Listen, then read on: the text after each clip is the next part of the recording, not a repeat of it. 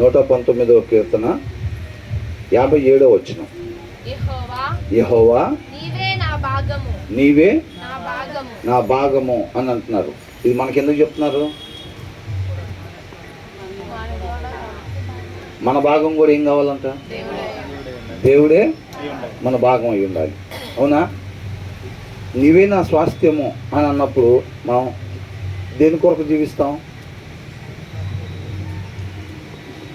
మాకుందరికి మీరే అని అనుకున్నప్పుడు వారి కొరకే మనం జీవిస్తాము. కాబట్టి నీవే నా భాగము, నీ వాక్యములను అనుసరించి నడుచుకొందునని ఏమనుకున్నాడంటే కీర్తనకారుడు? మనమేమనుకుంటున్నాం? మనం కూడా అనుకుంటున్నారా అనుకోవట్లేదా? మాకు అట్లాంటి ఏం లేవండి. మాకు వేరే లోపల చాలా ఉన్నాయి. మాకు అట్లా అనుకుంటున్నావా? ఏంటంటే you are my portion lord, I have promised to obey your words అంట. ఏం చేశారంట? ఐ హ్యావ్ ప్రామిస్డ్, మాట ఇస్తున్నాను అంటున్నాడు. మనం మాట ఇస్తామా దేవుడికి? మరి ఎప్పుడైనా ఇచ్చారా మీ జీవితంలో దేవుడికి అట్లాంటి మాట?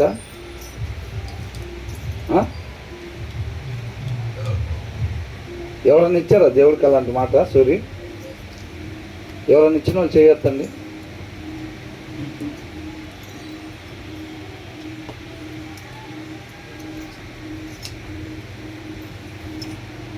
I have promised to obey your words. నీ మాటకు నేను విధేయతని చూపిస్తాను, నీ మాట ప్రకారంగానే నేను నడుచుకుంటాను అన్న వాళ్ళు ఎవరన్నా మాట ఇచ్చిన వాళ్ళు ఉన్నారా దేవుడికి? ఇక మీదట నా కొరకు కాకుండా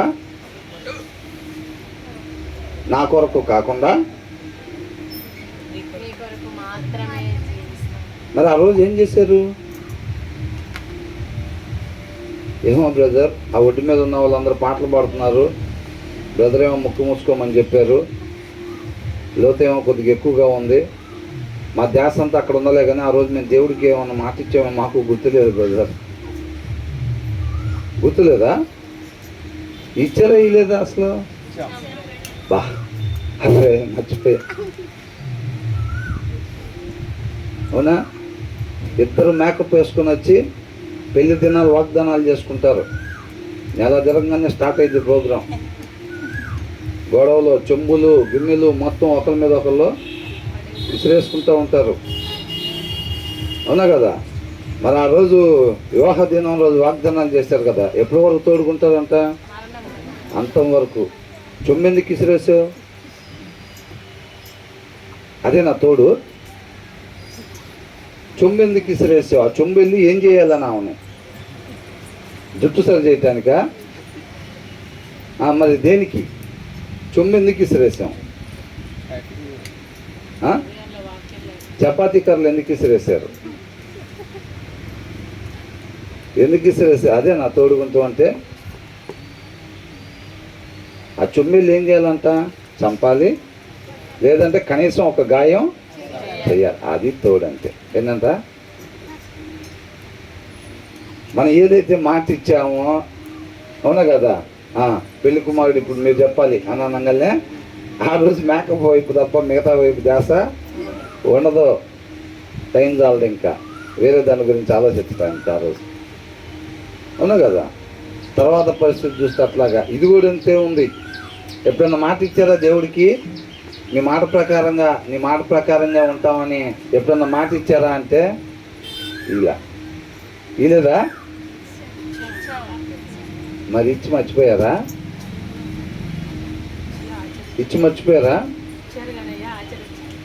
ఆచరించట్లేదు. ఇప్పుడు మీకు పెళ్లి చేసిన పాస్టర్ గారే నువ్వు చొంబీస్ వేసిన టైంలో అప్పుడే ఆయన వచ్చాడు అనుకో, అంటే ఆయన తెలియద్దని కాదు నేను చెప్పేది.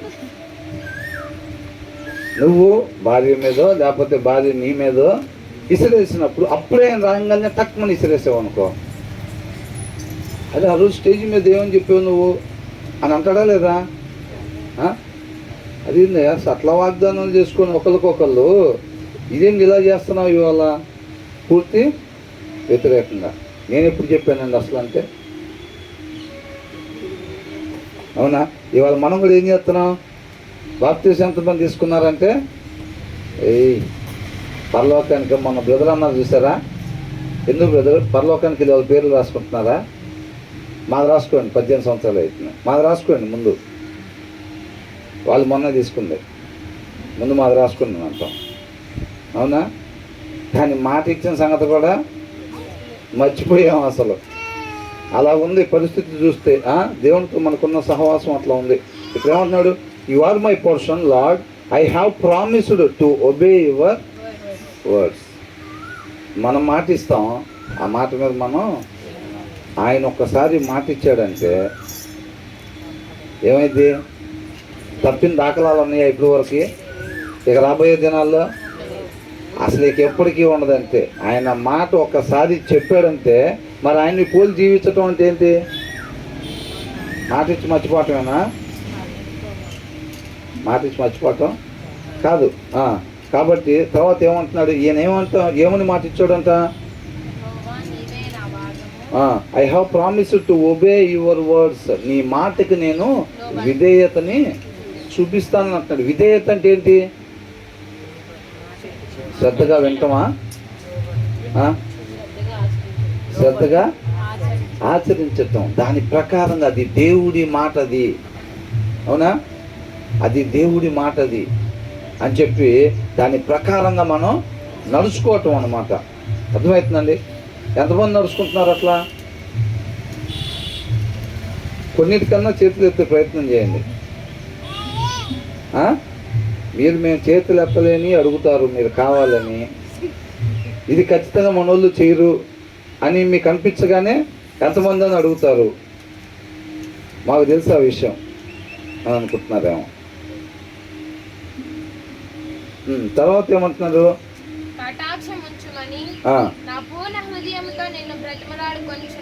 ఎవరి మీద కటాక్షం ఉంచాలంట? మనకు కావాలో వద్దా కటాక్షం? అదే దావీదులాగా ప్రార్థన చేయరు, దావీదులాగా వాక్యం చదవరు, కానీ దావీదులాగా నాట్యం మాత్రం చేస్తారు. పై వచ్చినానికి మాకు ఎటువంటి సంబంధం లేదండి. కింద వచ్చిన కటాక్షం అన్నారు చూసారా? అది మాత్రం మాకు కావాలండి. ఏం కావాలంట? కింద వచ్చిన ఉన్న కటాక్షం కావాలండి మాకు. పైన వచ్చిన పని మాత్రం మేము చేయమండి. పైన వచనంలో చేయకుండా కింద వచనంలో ఉండే కటాక్షం మనకు వచ్చిద్దా? దేవుడి కటాక్షం మనకి రాదు. తర్వాత ఏమంటున్నాడు? I have sought your face with all my heart అంట. అంటే హృదయపూర్వకంగా దేవుని వెతుకుతాను అంటున్నాడు. అర్థమవుతుందండి? ఎలాగంట? హృదయపూర్వకంగా. కొంతమంది ఆరాధన చేస్తారు కదా మామూలుగా పైన. ఏమి మనం మాట్లాడుతున్నామో ఆ పాటలో ఉండే లైన్లు ఏం మనం పలుకుతున్నామో కూడా వాళ్ళకి తెలీదు. ఆ ట్యూన్ను బట్టి ఎప్పటి నుంచో ఉన్న పాటలు, పాత పాటలు అన్నట్టుగా పాడేసుకుంటూ ఉంటారు. అది లోపల నుంచి వచ్చింది. ఆ మాట లోపల నుంచి రాదు. బాణం వేసేది తెలుసు కదా? బాణం వేసేది. ఆ బాణం ఎంత ముందుకి ఫోర్స్గా పర్ఫెక్ట్గా వెళ్ళాలి అని అంటే మనం ముందు దాన్ని ఏం చేయాలి? చెక్కాలి. మనం వెనక్కి లాగాలి. అవునా? మన మాట కానీ పాట కానీ దేవుడి దగ్గరికి ఈ నోటి దగ్గర నుంచి వెళ్ళాలంటే దీన్ని కూడా కొంచెం వెనక్కి లాగాలి. ఎక్కడ దాకా? హృదయం దాకా. ఎక్కడ దాకా? హృదయం దాకా లాగాలి. హృదయం దాకా లాగి హృదయపూర్వకంగా అక్కడి నుంచి వదిలితేనే మాట కానీ పాట కానీ అది ఎక్కడికి రీచ్ అయింది? అది ఎక్కడికి రీచ్ అయింది? దేవుడి దగ్గరికి రీచ్ అయింది. బాణం వెనక లాక్కుండా ఊరకనే బాణం అట్లా పెట్టి వదిలిపెట్టాం అనుకోండి, ఎక్కడ పడిద్ది? వెళ్ళి కాళ్ళ దగ్గరే పడిద్ది. మనం పాడే పాటలు కూడా హృదయపూర్వకంగా లేదనుకోండి, అది పాటలైనా ప్రార్థన అయినా ఏదైనా సరే హృదయపూర్వకంగా ఇక్కడి నుంచి రాకపోతే అది అక్కడికి రీచ్ కాలేదు. కేవలం మన పెదాల దగ్గర నుంచి వచ్చింది అనుకోండి, దాన్ని వెనక్కి లాక్కుండా అది ఎక్కడ దాకా పోయింది? అక్కడే పడిపోయింది. అది దేవుడి దగ్గరికి రీచ్ కాదు. కాబట్టి ఏదైనా సరే మనం మోకరించినా లేదా పాటలు పాడుతున్నా సరే మీరు గుర్తుపెట్టుకోవాల్సింది ఏంటంటే హృదయపూర్వకంగా. అర్థమవుతుందండి? అలాగే చేయాలన్నమాట దేవుడి దగ్గర ఏదైనా. అందుకనే చాలా చోట్ల అంటే చాలా చోట్ల ఈ పదాన్ని వాడతారు. ఏమాట? హృదయపూర్వకంగా అనే పదాన్ని. అర్థమవుతుందండి? మనం ఏం చేస్తాం, ఇది ఎప్పుడు చదువుకునేదేగా మనం అని లైట్ తీసుకుంటాం. అర్థమవుతుందండి? ఎప్పుడు చదువుకునేదే కదా ఆ మాట అని మనం లైట్గా తీసుకుంటాం. అందుకనే I have sought your face with all my heart అని అంటున్నాడు. నా పూర్ణ హృదయంతో నిన్ను వెతుకుతాను అంటున్నాడు. వెతకటం అంటే ఏంటి? దేవుణ్ణి వెతకటం అంటే ఏంటి? వాక్యాన్ని చదవటం. వాక్యాన్ని చదువుతూ ఉంటే ఆయన ఏంటి అనేది మనకు అర్థమవుతూ ఉండిద్ది.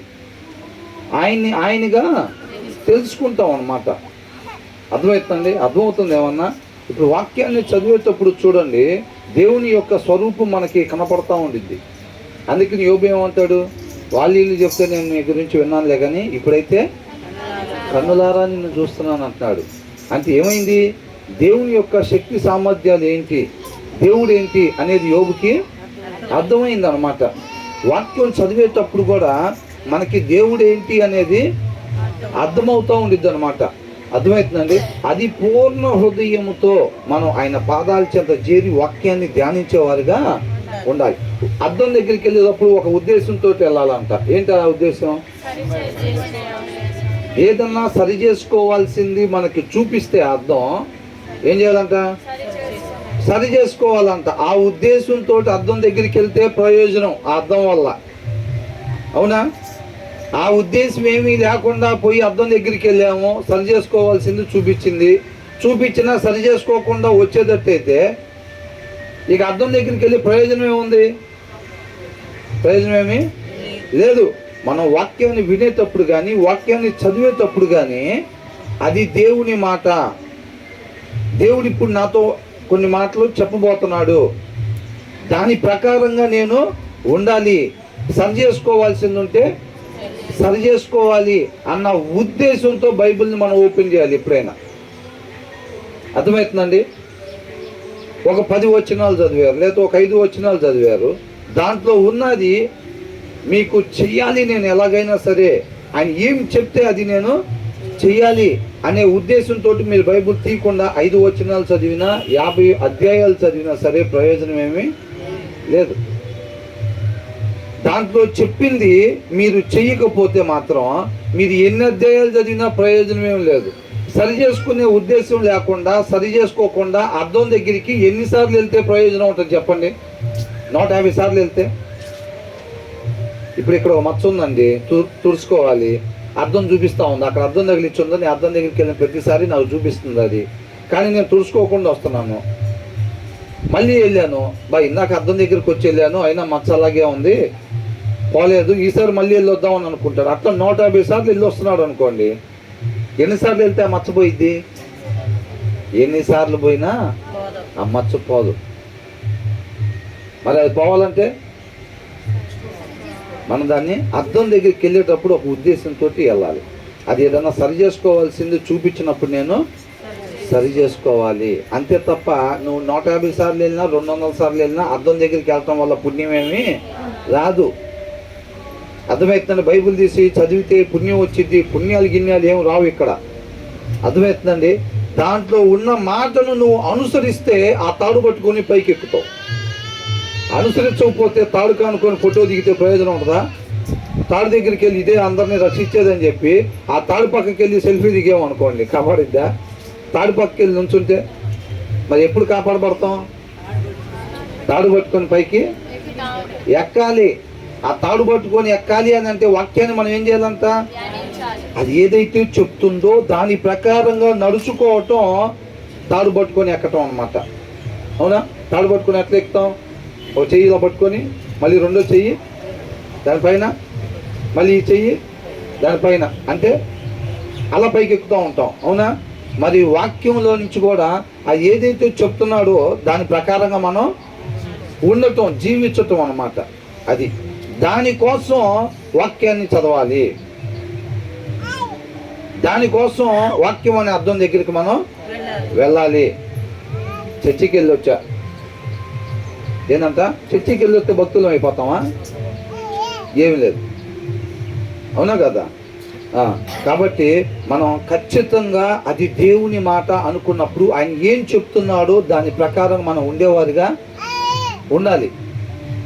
మనం లోబడాలి ఆ మాటకి, అప్పుడే మనకి ప్రయోజనం అన్నమాట. తర్వాత ఏమంటున్నాడు? I have sought your face with all my heart, be gracious to me according to your promise. దేవుడు మనకు వాగ్దానం ఇచ్చాడు. ఏమంటే ఆ వాగ్దానం, మీరు పోగొట్టుకున్న స్థితిని నేను మరలా మీకు దయచేస్తాను, నిత్య జీవాన్ని నేను మీకు ఇస్తాను. అది ఎలా ఇస్తాడంట? ఎలా వచ్చింది మనకు రక్షణ? ఎలా వచ్చింది రక్షణ? ఎలా వచ్చింది అంటే ఇంతసేపు చేశారు. పాపం ఎట్లా వచ్చింది? మనం బావిలో ఎట్లా పడ్డాం? అసలు ఆజ్ఞ అతిక్రమణ చేస్తే పాపం వచ్చింది. మరి రక్షణ ఎలాగొచ్చింది? దేవుని కృప వలన వచ్చింది. దయచేసి నోళ్ళు తెరవాలండి. అవునా? రక్షణ ఎట్లా వచ్చింది అని చెప్తే వెళ్తారా? సువార్త చెప్పడానికి వెళ్తారా? ఏం చెబుతారు ఆడికి వెళ్ళి? ఆ ఖాళీ జగ్గు తీసుకుని వెళ్ళి అందరి గ్లాసులో పోసి వస్తానంటే ఏం పోతావు? వెళ్ళి ఏం మొత్తం? రక్షణ ఎలాగో వచ్చింది దానికి ఎంతసేపు పడుతుంటే నోరు తెరవటానికి? పరిచర్లో వాడుకోవాలి, సువార్త చెప్పేవాడికి ఉండాలి, అట్టుండాలి, ఎట్టుండాలి. అవునా? రక్షణ ఎలా వచ్చిందంట? ఆయన కృప వల్లనే వచ్చింది. ప్రభువా, నువ్వు మాటిచ్చావు కదా, నువ్వు మాటిచ్చావు కదా, ఆ కృపని నాకు దయచేయి ప్రభువా, నా పూర్ణ హృదయంతో నేను నిన్ను వెతుకుతానని అంటున్నాడు. అర్థమవుతుందండి? నా పూర్ణ హృదయంతో నేను నిన్ను వెతుకుతాను, నువ్వు మాటిచ్చావు కదా, ఆ కృపను నాకు దయచేయని అంటున్నాడు. అంటే ఆ రక్షణ దీంట్లో నుంచి బయటికి వెళ్ళి తండ్రితో పాటు యుగ యుగాలు ఉండటం, ఆ కృప నా పట్ల దయచేయి అని అడుగుతా ఉన్నాడు అనమాట. మనం కూడా అదే అడుగుతున్నామా? మోకరించినప్పుడు మనం కూడా అదే అడుగుతున్నామా? ఏమడుగుతున్నాం? కొంతకాలం ఉండిపోయేవి 98% ఉంటాయి మన దగ్గర. అంతేంది? ఆరోగ్యం, డబ్బు, పిల్లలు, పెళ్ళిళ్ళు శాశ్వత కాలం ఉంటారు వాళ్ళు. ఉద్యోగం శాశ్వత కాలం ఉండిద్ది, అది కూడా. మరి మనం శాశ్వత కాలం ఉండే వాటిని ఎంత పర్సంటేజ్ అడుగుతాం చెప్పండి? ఒక్కసారి మన ప్రార్థనలో లిస్ట్ తీయండి మీరు మైండ్లో. మామూలుగా ఓ 5% అన్న శాశ్వత కాలం ఉండే వాటి గురించి ఉంటున్నాయా? ఇప్పుడు మనం ఎన్నో వచ్చిన దాకా 57, 58 వచనాలు, 59 వచనాలు, అంటే దగ్గర 60 వచనాల దాకా చదువుతున్నాం. కీర్తనాకారుడు ప్రార్థన లిస్టులు ఏమున్నాయి? అవునా?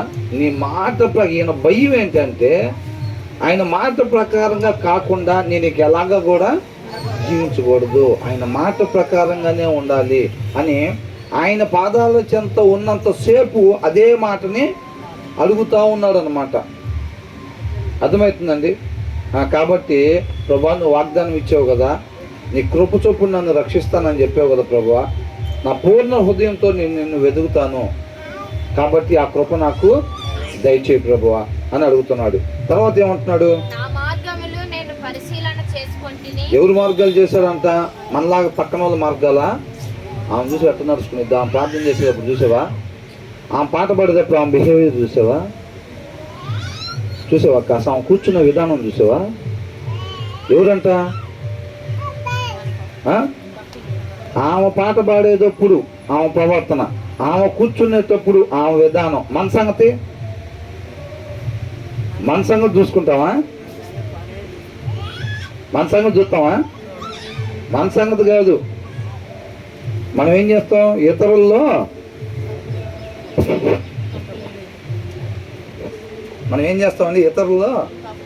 ఇతరుల్లో తప్పులు చూస్తూ ఉంటాం. ఇతరుల్లో తప్పులు పట్టుకొని వాళ్ళకి వీళ్ళకి అందరికీ చెప్పాలి, వాళ్ళని ఎండబెట్టాలని ఫస్ట్. ఇప్పుడు 5 ఉన్నారు అనుకోండి, 5లో ఒక 4 ఎండబెట్టారు అనుకోండి, మంచోళ్ళు ఎవరు? ఇప్పుడు 5 ఉన్నారు, 5లో ఇప్పుడు నేనున్నా, నాతో పాటు ఇంకో 4 ఉన్నారు. వీళ్ళ నలుగురిలో తప్పులు కనుక్కొని నేను వీళ్ళ గురించి వాళ్ళ గురించి వీళ్ళకి మొత్తానికి చెప్పాను అనుకోండి, ఇక 5గురిలో మంచోళ్ళు ఎవరు? నేనున్నాగా. అందరి ప్రయత్నం అదే, ఒక చాటున నలుగురిని చేరామంటే ఏం చేస్తాం? అసలు అక్క చూసావా, అన్న చూసావా, అసలు ఇట్లా అని చెప్పి మొత్తం అయిపోయింది. అంటే ఆ పక్కన ఆమెకి చెప్పాం కదా మొత్తం, ఆమెను చూడు అని చెప్తాం. మొత్తం చెప్పిన తర్వాత అంటే ఇక అందరి గురించి చెప్పిన తర్వాత ఆ పక్కన ఏమనుకునేది ఇంకా, అవును నిజంగానే ఆమె నువ్వు చెప్పిన తర్వాత నేను చూసా, ఆమె అట్లా ఉంటుంది, అన్న అట్లా ఉంటున్నాడు, అక్క అట్లా ఉంటుంది, అందరూ చెప్పారు. చివర్లో ఆలోచిస్తే మంచిదని నువ్వు ఒక్కదానిలాగానే ఉన్నావు ఇంకా. అందుకే నేను నీకు ఇవన్నీ చెప్పింది. ఎందుకంట అందుకేనంత చెప్పింది. అందరూ అదే పనిలో ఉంటారు. ఏం ఒక్కతే ఉంటుందా ఆ పనిలో? ఏం గడుపు పక్కన కూర్చున్నావా? ఆమె కూడా అదే పనిలో ఉంటుంది. ఆమె ఏమే చెప్పిద్దా లేదా? చెప్పిద్ది. ప్రతి ఒక్కరు కూడా అదే పనిలో ఉంటారు. వాళ్ళ తప్పులు వీళ్ళ తప్పులు వాళ్ళు వీళ్ళు ఎతకటం తప్ప మనలో ఎత్తుక్కునేది. దావీదు కూడా అదే అన్నాడా, నా చుట్టుపక్కల వాళ్ళలో నీకు నచ్చని ఏదన్నా ఉంటే ప్రభువా తీసేయి అన్నాడా? మరేమన్నాడు? నాలో నీకు నచ్చని ఉంటే తీసేయి ప్రభువా అని అంటున్నాడు. అవునా? అంటే నిన్ను చూడంగానే ఎవరు కనపడాలంట? ఇప్పుడు అక్కడ ఒక వ్యక్తి నుంచొని ఉన్నాడు అనుకోండి, ఇక్కడ అద్దం పెట్టారు, నేను ఇక్కడ ఉన్నా, నాకు అద్దంలో చూస్తే ఎవరు కనపడతారు? అక్కడ నుంచున్న వ్యక్తి కనపడతాడు. నాలో మచ్చ లేకుండా ఉంటే నన్ను చూసినప్పుడు క్రీస్తు కనపడతాడు. అవునా? మనలో మచ్చలుంటే కనపడ్డు, అంతే కదా. కాబట్టి ఈయనేమంటున్నాడు, ఏం చెక్ చేసుకున్నారంట? నా మార్గాలు ఎప్పుడైనా చేసుకున్నావా మనం? అసలు మనం జీవించే విధానం ఎలాగుంది, మన రెగ్యులర్ మన వర్క్ ఏంటి, అసలు ఎలా ఉంటున్నాం, మన దినచర్య ఏంటి అనేవి చూసుకున్నారు ఎప్పుడైనా? చూసుకునే ఆలోచన లేదా? మనం అసలు రోజు ఎలా ఉంటున్నాము, మన జీవిత విధానం ఏంటని చెక్ చేసుకోవాలా లేదా?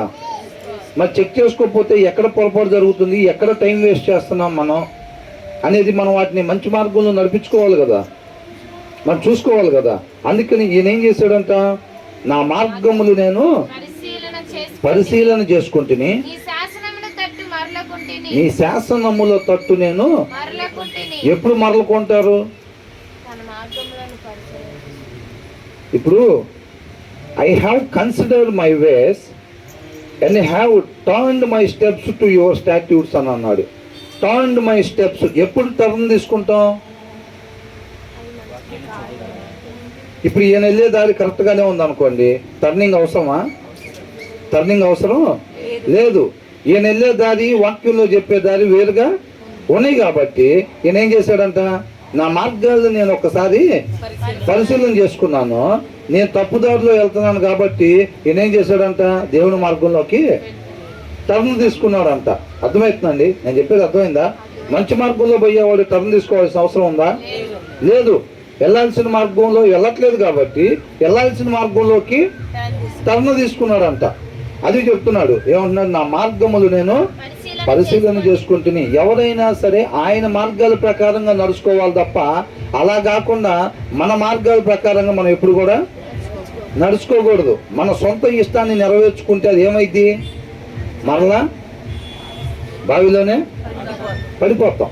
అందుకనే కొంతమంది చూడండి, బాప్తిసం తీసుకుంటారు, ఒక 2 నెలలు బాగా వాక్యం చదువుతారు, తర్వాత ఉండదు. వాళ్ళ సొంత ఇష్టాన్ని అక్కడ నెరవేర్చుకోపోయేసరికి అక్కడి నుంచి ఏమైంది, మళ్ళీ జర్రని జారి కింద పడుతూ ఉంటారు. ఇప్పుడు ఆ బావిలో నుంచి పైకి ఎక్కాలని ప్రయత్నం చేసి వాక్యం అయి ఉన్న తాడును పట్టుకొని ఎక్కినంతసేపు నువ్వు పైకి ఎక్కుతూ ఉంటావు. ఆయన చిత్తం కాకుండా నీ చిత్తం ఎప్పుడైతే అక్కడ నెరవేర్చుకొని పోతావో మళ్ళీ ఏమైంది అంటే అక్కడ తాడు వదిలేసి మళ్ళీ ఆ పక్కన ఉన్న గట్టును పట్టుకోపోతాం, మళ్ళీ అక్కడి నుంచి కింద పడిపోతాం. అవునా కదా? అలా ఉండిద్ది అనమాట. కాబట్టి మన మార్గాలు కాదు, మనం ఎవరి మార్గాల్లో నడుచుకోవాలి? దేవుని మార్గాల ప్రకారంగా మనం నడుచుకోవాలి. ఆయన మార్గాలు ఏంటి? ఆయన మార్గాలు ఏంటి? వాక్యం. ఆయనే మార్గం, వాక్యమే దేవుడు అయి ఉన్నాడు కాబట్టి వాక్య ప్రకారంగా మనం నడుచుకోవాలి. నా మార్గంలో నేను పరిశీలన చేసుకుంటుని, నీ శాసనముల తట్టు. నీ శాసనాలు అంటే ఏంటి?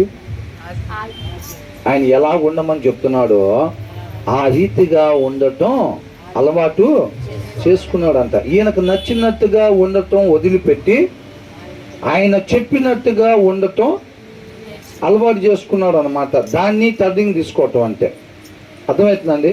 మనం కూడా ఏం చేయాలి?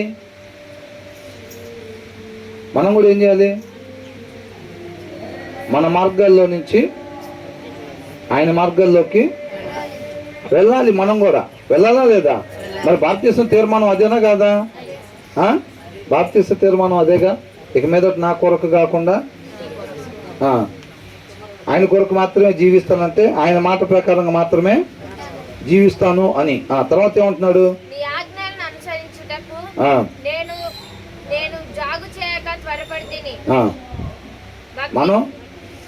మనం అలాగే ఉంటున్నామా?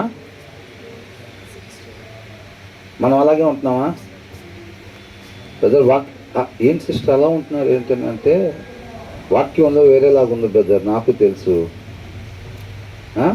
ఏంటి అదని చూసి అట్లా కుళ్ళుకుంటున్నారేంటి? వాక్యంలో అట్లా చేయకూడదని ఉంది కదా అంటే, వాక్యంలో ఉంది కుళ్ళుకోకూడదని, కానీ మనం చేస్తాం.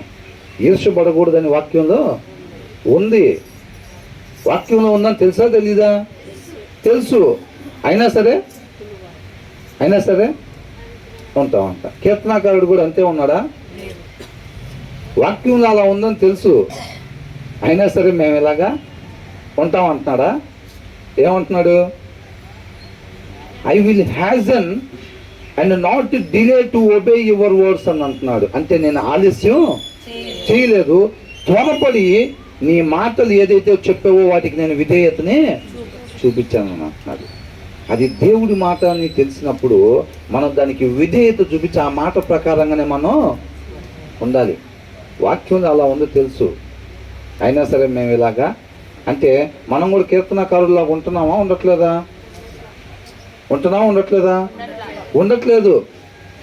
అలవాటు పడిపోయారు కఠినత్వానికి. ఫరోలాగా హృదయాన్ని కఠినపరుచుకోవటం, అక్కడ ఒకలాగుంటే మనం వేరేలాగా ఉండటం, అది ఒక అలవాటుగా చేసుకున్నాం మనం. అర్థమవుతుందండి? మనం నిన్న చదువుకున్న దాంట్లో పైన వచ్చిన ఏముంది? 56లో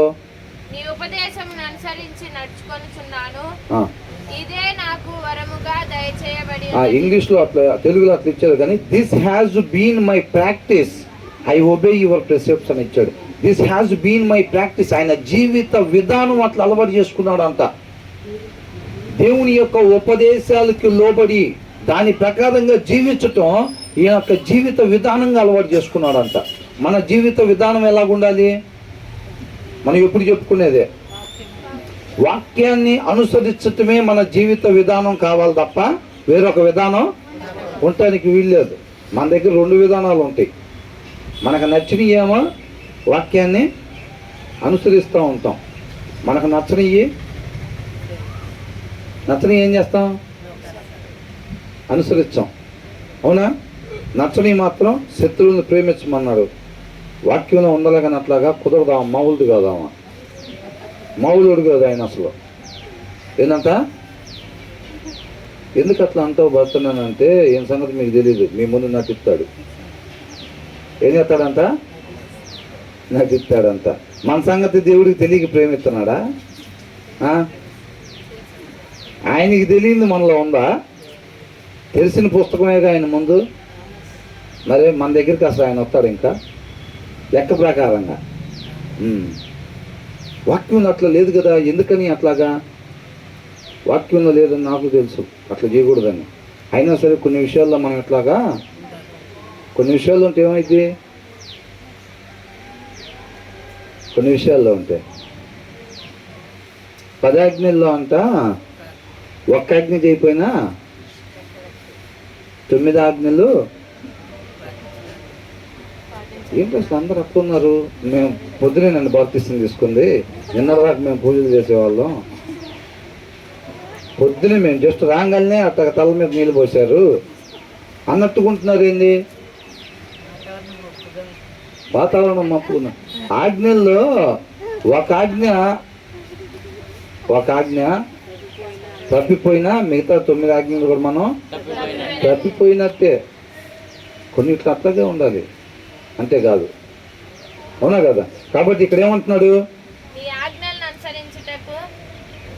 60వ వచనమా? నీ ఆజ్ఞలను అనుసరించుటకు. మరి మనం కూడా జాగు చేయకుండా త్వరపడుతున్నామా? మరి త్వరపడదామా లేదా? ఎక్కడైనా పడదామా లేదా? బాణం వెనక్కలాగి వదిలేరా లేకపోతే మామూలుగానే వదిలిపెట్టారా? నాకు చెప్పటం ఏం కాదు, నేను మీతో పాటు కూర్చొని చెప్తున్నా. వెనక్కలాగే చెప్పారా? మళ్ళీ ఇందాక దాకా మాట ఇచ్చారు దేవుడికి ఎప్పుడైనా అంటే అసలు లేదండి. మళ్ళీ దీని గురించి ఎప్పుడన్నా అడిగితే ఎప్పుడు బ్రదర్? ఆ రోజు మొబ్బు పట్టిన రోజు, పైకి కోతులు వచ్చినాయి కదా ఆ రోజు. ఇచ్చాం బ్రదర్, ఇచ్చాం. అంతేనా? ఏమంటున్నాడు? మనం కూడా అది దేవుడి మాట అని చెప్పినప్పుడు మన ఇష్టాన్ని చంపుకొని ఆయన మాట ప్రకారంగా జీవించటానికి త్వరపడే వాళ్ళగా ఉండాలన్నమాట. ఎంత కఠినమైందైనా సరే అది ఆయన మాట అన్నప్పుడు ఆ మాట ప్రకారంగా. ఏంటి వర్షం పడుతుందా? ఆయన మాట ప్రకారంగా మాత్రమే మనం ఉండేవారుగా ఉండాలి. తర్వాత ఏమంటున్నారు?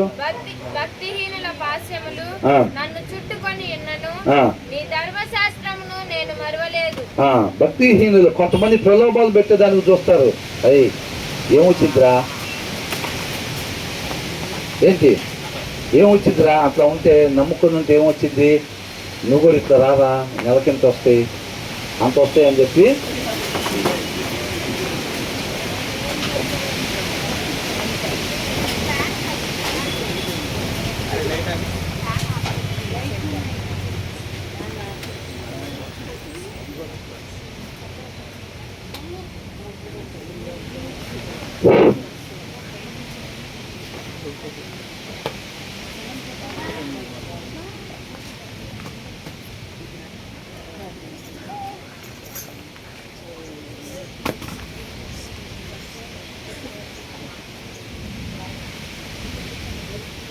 సరే 2 వచనాలు చదువుకొని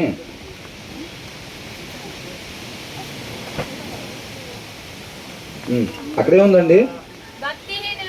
భక్తిహీనులంతా మనల్ని ప్రలోభాలు పెట్టి మన ఆత్మీయ జీవితాన్ని దెబ్బతీయాలని వాళ్ళు ప్రయత్నం చేస్తున్నప్పటికీ కూడా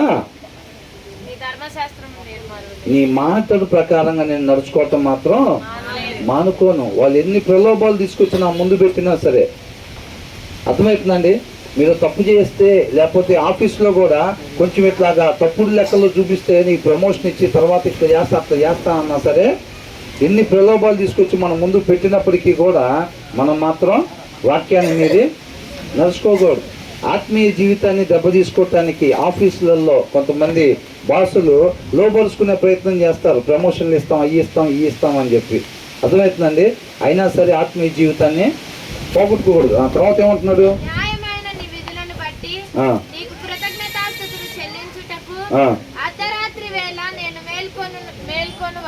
ఏంటంట? ఎప్పుడు మేలుకుంటాడంట? అర్ధరాత్రి అంట. ఎందుకు మేలుకుంటాడంట? కృతజ్ఞత స్తుతులు చెల్లించటానికి. అర్థమవుతుందండి? కృతజ్ఞత స్తుతులు అంటే థ్యాంక్స్ చెప్పటానికి. అర్ధరాత్రి అంట అంటే ఇప్పుడు ఎవరన్నా టిఫిన్ ఇప్పించారు అనుకోండి, వాళ్ళకి అర్ధరాత్రి ఫోన్ చేసి థ్యాంక్స్ చెప్దాం అనుకుంటారా? అది పొద్దున్న చెప్పచ్చు అని అనుకుంటారు. అవునా? కానీ ఆయన వాక్యం మనకి శాశ్వతమైన జీవాన్ని ఇచ్చేది. అలాంటి వాక్యాన్ని ఇచ్చాడు కాబట్టి ఏమంటున్నాడు? అర్ధరాత్రి వేళ నేను లేచి నీకు కృతజ్ఞతాస్తుతుల్ని చెల్లిస్తానంటున్నాడు. తర్వాత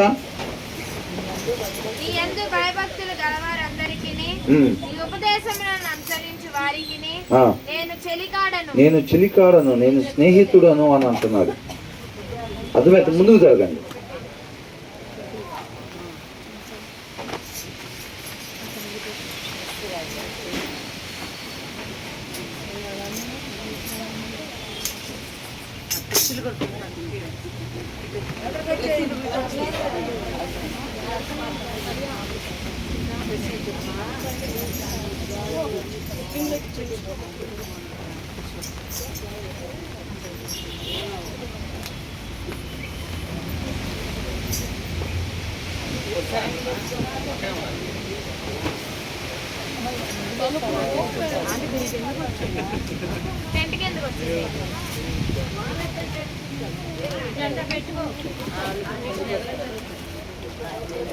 అంటే మీరు ముందుకు జరుపుకోండి.